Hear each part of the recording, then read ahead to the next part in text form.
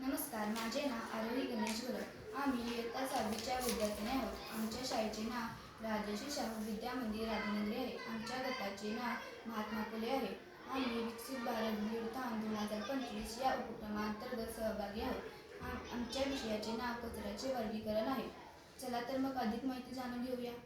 नमस्कार, माझे नाव तन्वी सदानंद मांढरे। मी आता तुमच्यासमोर उत्पन्नाची माहिती सांगणार आहे।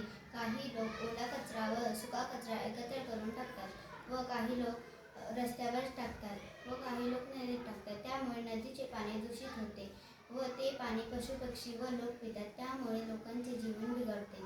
नमस्कार, मी श्रेया प्रवीण आले। मी तुम्हाला आज कचरा पेटीचा डेमो दाखवणार आहे। या कचऱ्याच्या डब्यामध्ये 2 प्रकार आहेत, ओला कचरा व सुका कचरा। यामध्ये आम्ही सेन्सर बसवला आहे। सेन्सरच्या सहाय्याने आपण ओला कचरा कोणता व सुका कचरा कोणता हे ओळखू शकतो। चला तर मी आता तुम्हाला डेमो दाखवते।